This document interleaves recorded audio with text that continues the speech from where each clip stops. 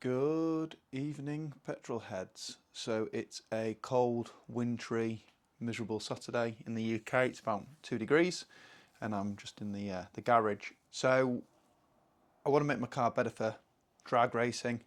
I've put a heavier bonnet on it. We'll just skip over that because I want the car to look cool. So it's obviously loaded on KW suspension, which is really good suspension. No, it's not. It's loaded on ST, which is part of KW anyway. You've seen one of the videos. So on coilover's lowered. Got the dampening set just how I like it. So in that guise of making it more track focused, what I've ordered and what's going to be done to the car whilst the other work's going on is we've got a lovely set of uprated anti-roll bars, or as some people call them, sway bars. I don't know, that's an American thing. So these are by IBAC or EBAC, however you pronounce it. Not only thicker than the standard anti-roll bars, but they are actually solid steel. So they're not hollow. The standard ones are hollow.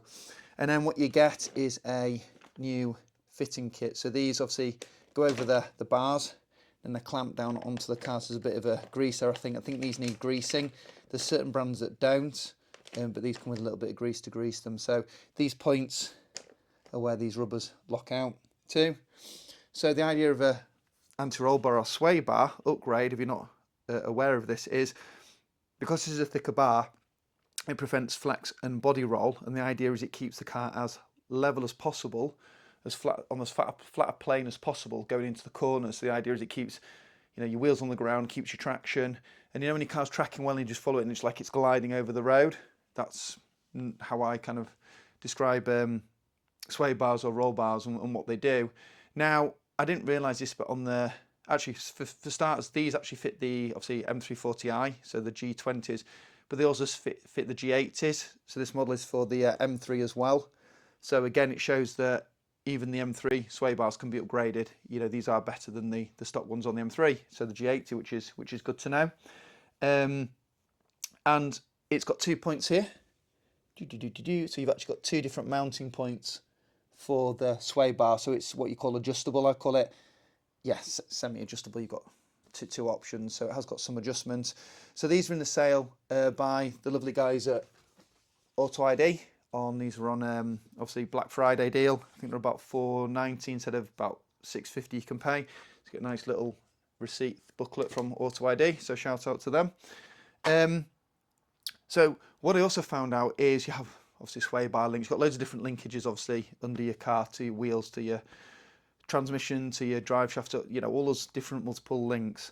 And the actual the rear on the G series, so the link that joins this up to the car, there's like a link system with ball joints and all that kind of good stuff. They're actually made of like a resin composite on the back end. So I've actually ordered some uprated anti-roll bar links as well for the front and the rear. They're adjustable, but they'll be just kind of set to the standard stock height. So I thought, I've done the suspension. If the anti-roll bars are coming off, it makes sense to do the anti-roll bar links as well, because if I'm stiffening all of those different aspects, then obviously my links are going to be the weakest point. I don't want to break or flex or anything like that. So, and the fact that the black ones are like a composite plastic, upgrading them to metal as well. So coupled with the coilovers, with the rated brakes, with the extra cooling, with the sway bars, I like to think this will handle pretty nicely around a track. The fact the back end's going to be lighter with the Deadweight Industries battery and the bonnet adds weight to the front isn't ideal, I know, but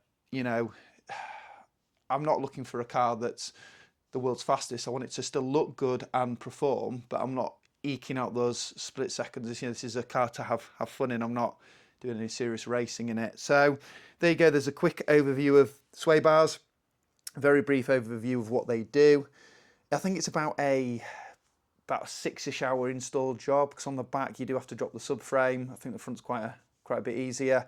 And then obviously might as well get the anti-roll bar links done at the same time. So yeah, lots going on with the car. Not lots progressed with the car at the minute. The turbo's on, motives going in, the fuel, uprated low pressure fuel pumps going in. So it's slowly getting there. It might be done for about Christmas time, fingers crossed.